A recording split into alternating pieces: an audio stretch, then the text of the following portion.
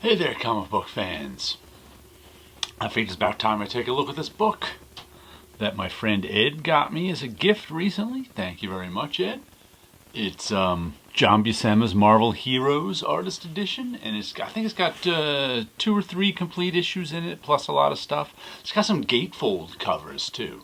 I'll have to see how well I can get them on the camera, because they're pretty big. There we go. The Thing versus the Hulk. Captain America. Thor. Let's see. A little introduction by Joe Jusko. There's a John Buscema pencil Hulk. I remember seeing that somewhere. What is in here? These are the complete stories. Avengers 51, Submariner 24, and Thor 197. And then all these are individual pages and stuff. And here are the foldouts. Avengers 41 cover. I guess these are the twice up ones. That's why they're foldouts. So this is 11 by 17 size, which is 1.5 times up. That's the size the original art is.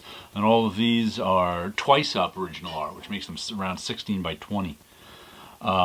Inks by George Roussos, George Tuska, John Buscema, George Russo, Saul Brodsky, Frank Giacoia, John Buscema, and that's Avengers 41, 42, 48, 50, Avengers model sheets, Submariner number 1 cover, Submariner number 2 cover, and Marvel Treasury number 3, Thor pinup. Okay, let's look through this now. In the clutches of the collector. This is inked by George. This is the complete one, inked by George Tuska. Who did the letters on this? Sam Rosen on the lettering, because we'll be seeing some lettering. Of course, nice stuff. Sometimes I just like the little normal panels, like the wasp there hanging out, or being dragged up by her arm in her underwear. You can see the whiteout on her stomach and underwear or bikini bottoms. I'm not sure what that is. I don't even know if I ever read this story, Avengers 51. I don't recognize it. These George Tuska inks are interesting. I'm most familiar with George Tuska's pencils, especially from his Iron Man days. I don't think I've seen his inks over John Buscema before. Interesting Thor there. So this is new for me, just looking at Tuska over Buscema. It looks a lot like he's really kind of pretty heavy-handed, George Tuska, in that I think these look a lot like that Thor face right there is a Tuska face. It seems there's a bit of Buscema in it, of course, but definitely a lot of Tuska in that face. The arm must be the way he renders the armor too. Reminds me of his Iron Man days. Very cool pages. I always thought this guy with the collector. I always thought the collector looked kind of weird too. They got him with this old-looking face, strange old-looking face. Definitely different. Oh, nice Iron Man. Nice Giant Man figure right there. That's pretty good. Boom. Yeah, John Buscema, of course, his figure work is always pretty flawless. He's very good at... oh, here's one of the fold-out covers. This is the one inked by George Russo, so let me see if I can move it over to here. I'll have to look at it sideways. Oh, pretty cool. Dragon Man. So each fold-out is 2 pages. Avengers 41. Oh, there's another... Oh, is there a fold-out? Ah, there's a fold-out on both sides. This is going to take some doing. There we go. Avengers 42. Let's see if we can fold this one this way now. Look at that. Avengers 50. Big fold-outs. Now we got to come back this way. Let's fold that one back up. Oh, the Black Knight one. There we go. Black Knight. Some white out on his face, some white out back there. Some white out under the logo. Some white out in the swoosh. Some white out under... Lots of white out on this cover. Oh, it looks like they pasted in. Let me see if I can lift this up. You can see the line sort of around Giant Man where they pasted him in. So they must have changed that whole figure on this cover. Let me get it back in the middle here.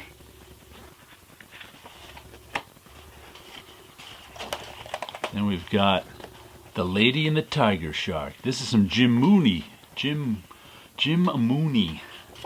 inking. Very different than Tuska. Is this? He's making them very slick. Look at that right there. That Warlord Krang, I think that is, looking very slick and polished. Up the killer whales with their look at. Whoops, let me see if I can get this over here. Lots of white out in those killer whales' teeth. Pretty funny. Guess they wanted to make sure those teeth were just right.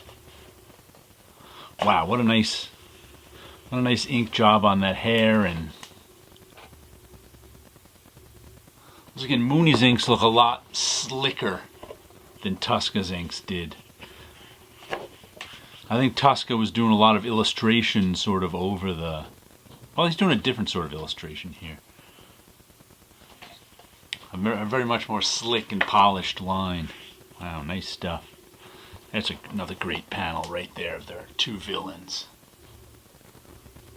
Warlord Krang, or whoever he is in that fishbowl. Yeah, Krang. There he says his name. Oh, this is the Submariner number 24. For a minute there, I forgot that wasn't an Avengers issue. It's a Submariner issue. Nice crying face. Nice Namer face up there. Nice woman crying down there. What was Namer's girlfriend's name? I can't remember. Lady Dorma. There it is. Wow, another terrific face. John Buscema's knocking some of these faces out of the park, and Jim Mooney's really doing a good job with the inks on them. The old fist punching picture. What was this guy, Orca or someone? It's again that fishbowl on Krang's head. Makes a nice graphic design element. Who did the lettering in this issue? Hold on a second. Let me flip back to the beginning just so I know who did the lettering, because the lettering's looking pretty cool too. Sam Rosen did the lettering. Master, someone is Italian. Love to see the lettering on these old comics. Back when the lettering was right on the page. Good stuff. Look at that. Look at that nice ending panel with Namer and Lady Dorma. Now here we got some John Buscema and Vince Colletta. Vince Colletta, Destroyer of Armies. But he had a nice feathery line. Vince Colletta was known as Destroyer of Armies because he was the guy that Stan Lee would bring in if he needed something inked really fast. And he legendarily would erase a lot of the background figures or whatever, so he didn't have to ink them, because he was trying to get stuff done fast. So this is some nice stuff here. Like that panel. And this face over here, wonder who that is. Those are some really long eyes there. What's that called? All of a sudden I forgot the name of that makeup technique. When you extend the eye out like that. It'll come to me. Yeah, it looks like Colletta was really not destroying any armies here, because he's at least got a lot of ink stuff going on in terms of technique right there of those bursts, and a lot of rock technique going on. He's even got some of that look right there. That's where you slash the page with a razor to get the white on black. So I don't think these are pages Colletta rushed through. Oh, look, there's notes on the... Due to his swinging and land on, so those were the notes that John Buscema would write to Stan Lee so he'd know what was going on in the story. As he gasps for breath, Past events go by. Oh, that's a nice nice flashback panel. As you can see here, the Coletta's hair technique isn't quite as slick as Jim Mooney's was, but it's pretty good still. But, you know, Coletta wasn't going for that real pretty slick look anyway. Oh, there's a nice craggly old hag, hand and face. Good stuff. See what else we got here. Man, I really like that craggly old hag. I don't think I've ever read this story either. There's a nice panel. The two women and the monster. Oh, there's the whole gang in this panel. Notes down the bottom. Sif runs toward monster with sword. Okay.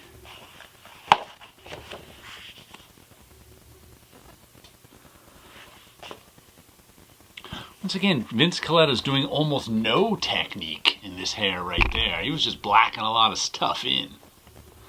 Jim Mooney's hair technique is much prettier. Ah, the old man rowing the boat.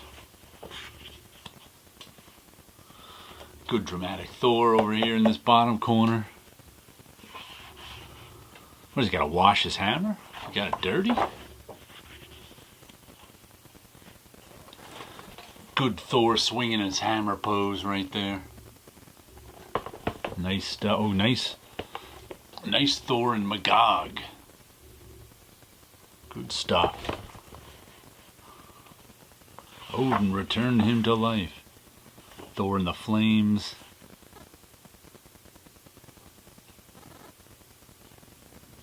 There's something you don't see that often. That's kind of an awkward John Buscema Thor pose. I don't know, something about that looks a little off, and you rarely see anything about John Buscema's figures that look a little off. Ah, some covers. Note to inker. Finished drawing 1/2 inch on both sides and on upper left-hand portion. I wonder... Wow, I wonder what that... This must be 54, and since then, these covers in the 50s... What was our last cover here? We're at the bigger size. 50 was at the bigger size. Yeah, 48.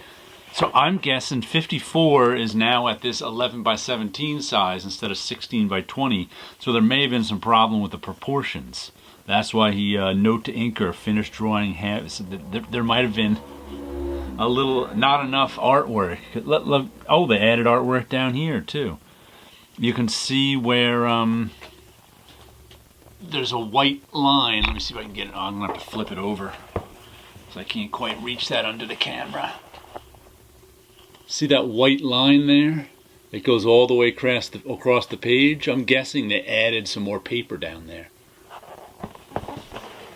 in order to make it tall enough, because they didn't have the proportions right because they changed the sizes of the original art. Looks like by 59 we've got the right side. Also look at that, neither of these two have the pre-printed paper. So they must have, between issue, I think if 50 had the pre-printed paper, right? Yeah, here's the pre-printed paper with all the printer's marks on it. Because Marvel would have, and DC would have this pre-printed cover paper and interiors to make sure everyone did everything at the right size. And it looks like here we go. They these two couldn't be done on the pre-printed paper anymore. I guess in between issues 50 and 54, they changed sizes from 16 by 20 to 11 by 17, and they didn't have the 11 by 17 paper printed up yet. But by issue 59, they had the 11 by 17 paper printed up, so we wouldn't have to add 1/2 inch to both sides in the upper left hand, and you didn't have to add paper down. That's interesting. I've never seen that before. Wow. So there was a period, it looks like there was a brief period, a few months, where they didn't have the paper printed. Avengers 60. Lots of white out in there. It's turning blue. Lots of white out, and I guess they're playing with this Black Panther blacks. Lots of white out in the flames down here. Looks like someone spilled coffee on it. We got brown stains. The man-ape. Ooh, looks like they pasted in this one swordsman head too. And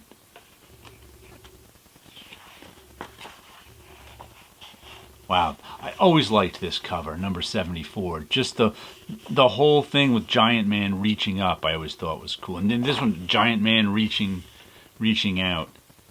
Very, very cool stuff. Giant Man just made for such a great visual, especially on covers. Here he is lifting. I don't think I've seen this cover.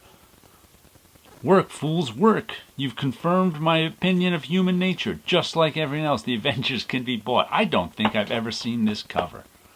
Which is weird, because you think you've seen every Avengers cover, but I guess I had never seen 77 before. It was before my time, so I understand that, but that's supposed to be Stan Lee there with the mustache? I don't know. Pretty cool looking. I wonder who did the lettering on that cover. This looks like one that's just pencils. Probably was rejected. 80. Now logo attack. 84. Archon. The awesome Archon. Wow, lots of cool covers. Marvel 10th Anniversary cover. It's in the box, issue 99. Avengers Annual 2. Look at this. They used to have a spine on it, so that had to get pasted down on the side of the cover. Twice as many pages. Twice as many thrills. Fantastic Four 112. You see that one a lot. Another Marvel 10th Anniversary cover. It's in the box. Looks like it was an extra size one too, because they have the spine pasted right there.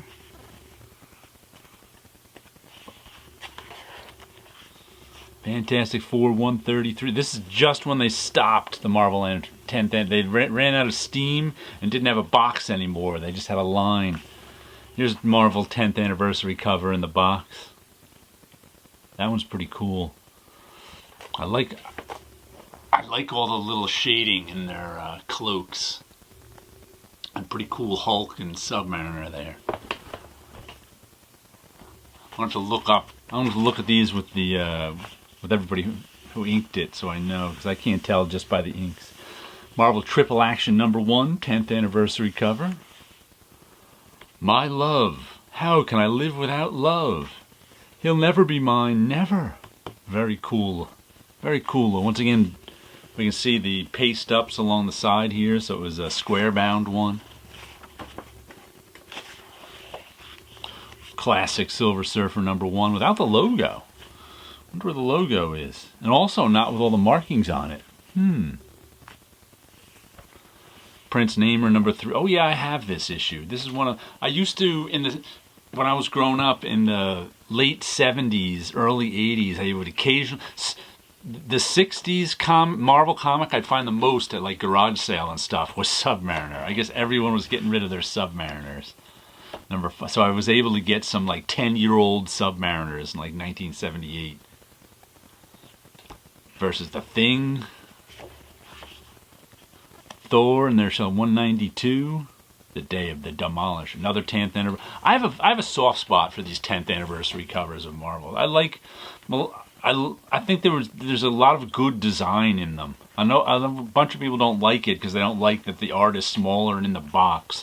But I think it made them think about the design more, so there was some good stuff in them. Another 10th anniversary cover, 199 of Thor. And here is, let's see if I can stretch this out again. Oh, these are the ones that said George Russo. George, no Kush. Friday okay? No rush, Friday okay. So there's a note to George Russo's. George, no rush, Friday is okay. Look at that. I wonder who wrote that note. Ah, and there's Submariner number 1. Let's move this over here. George, no rush, Friday is okay. Who was the editor on that? Very cool looking. Let's see, is there another fold out? Oh yeah. Another Thor. And then we got Submariner number 2. 16 by 20 version. Cry Triton. Still 12 cents. Alright. Wasn't sure if those were going to fit on screen, but there we go. Oh, that's Weird World. Rudy Nebray's inked that one. I thought so. You can tell by the inks that's Rudy Nebray's. That one jumped out at me. I can't always tell inkers, but Rudy Nebray's is an easy one to tell because he's got that very illustrative, brushy line. And here are the ones where we've got pieces. I always liked John Buscema's Thug Magneto. It was before the noble Magneto. He drew him like a thug. I always liked that. You knew Magneto was evil.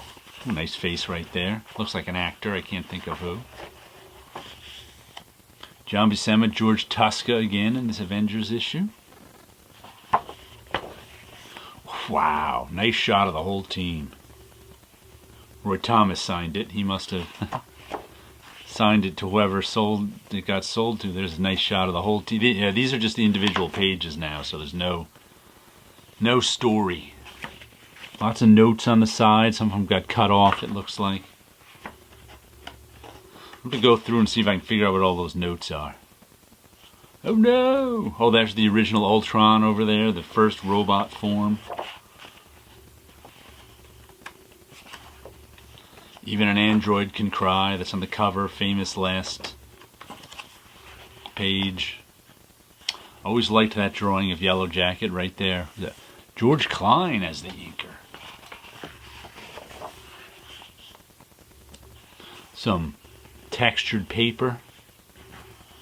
Looks like that was pasted down. It's not a zipatone. It's some sort of texture. Tom Palmer inking over him. Very nice face. Oh, I like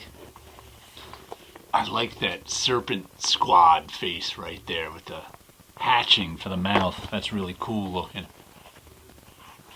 Wow, this book's got a lot of stuff in it, doesn't it? I've already talked for nearly 23 minutes. Just flipped tons of surface. See some zipatone that's turned brown with time. Lots of zipatone that's turned brown. You can see, like I said, that texture you can tell is zipatone because it turned brown. The other texture didn't turn brown, so I wasn't sure. Ooh, some nice, the toad, some nice folds in this guy's clothes. Archon the Magnificent, looking like Conan. Look at that. I wonder if his drawings of Archon the Magnificent got him the Conan job. They're like, hey. Wow, look at that. Beautiful face right there. Beautiful giant man right there holding that guy in his hand. Like I said, his figure work is so nice. He's very good at expression, at gesture, at figure work in general. That's why that one awkward figure of Thor jumped out at me, because nothing else is awkward. He gets foreshortening real well. There's some Kirby foreshortening that's working perfectly in John Buscema. Screaming face. Oh, nice old hag drawing there. I think my camera just turned off. I must have reached some sort of limit. I don't know why, but I was just saying some interesting inking on that Iron Man figure. I was wondering if this was Tuska inked. Oh, I'll have to go and see. What else do we have here? John Buscema and Dave Cockrum. Nice splash page. Good Cockrum inks on that, what is that, dinosaur face. What else do we have here? All sorts of fun stuff. John Buscema autographed that one. Oh, Thanos. We got some Thanos going on there. Nega Man. Joe Sinnott inking. John Buscema. Interesting stuff. Nice twisting Hulk. Oh, there's that Hulk versus Thing that I think we saw on the end page. That's good stuff.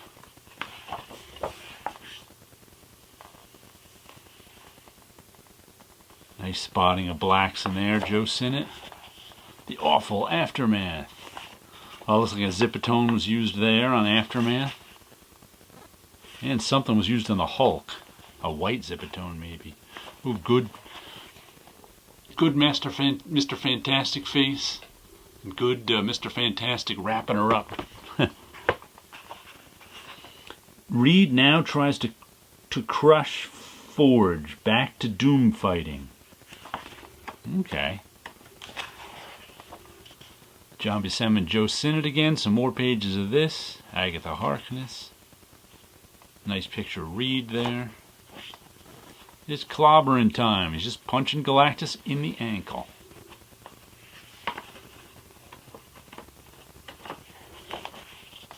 Ah, there's a nice thing fighting a giant duty, Mole Man. Good Black Bolt over there. I like this wide-eyed face of the Human Torch. Ooh, motorcycle going by. Even a Human Torch can cry. Oh, that's Annihilus. There was a name that escaped me how to pronounce when I was a kid. Annihilus. I always said Annihilus, and I knew it was wrong. More Sinnott. Submariner. Oh, nice. Flying Submariner up there. What else do we got? Frank Giacoya. She's pretty nice. Did they use that Submariner in a Slurpee cup or something? That looks familiar. They may have picked that out and used it for licensing art. Good Submariner over there. We're almost to the end here. Dan Adkins on the inks. Ooh, look at that wood grain. Nice. Zipatone over there with the Thing and Submariner background. We got two Zipatones on the Daily Bugle. Joe Sinnott, Embellisher. Nice Hella. Good stuff. What are we ending with here? Joe Sinnott again. Thor in the Rain. It's got that scratching at the black with a razor technique to make that rain. That's what you do to get the white on black. You tear up the paper with a razor. Captain America. Oh, must be one of those love story pages. Ooh, I like that. That's a great panel right there. And down here is a pretty good one. You don't see those early 1970s Marvel love stories too much. A couple of random pages, some Wolverine from the 80s, I think that is. And there we go. Oh, there's the... Oh, they used Black Bolt as the end paper. And Thing in the Submariner on the back. So there you go. There was a nice long look at John Buscema Marvel Heroes Artist Edition.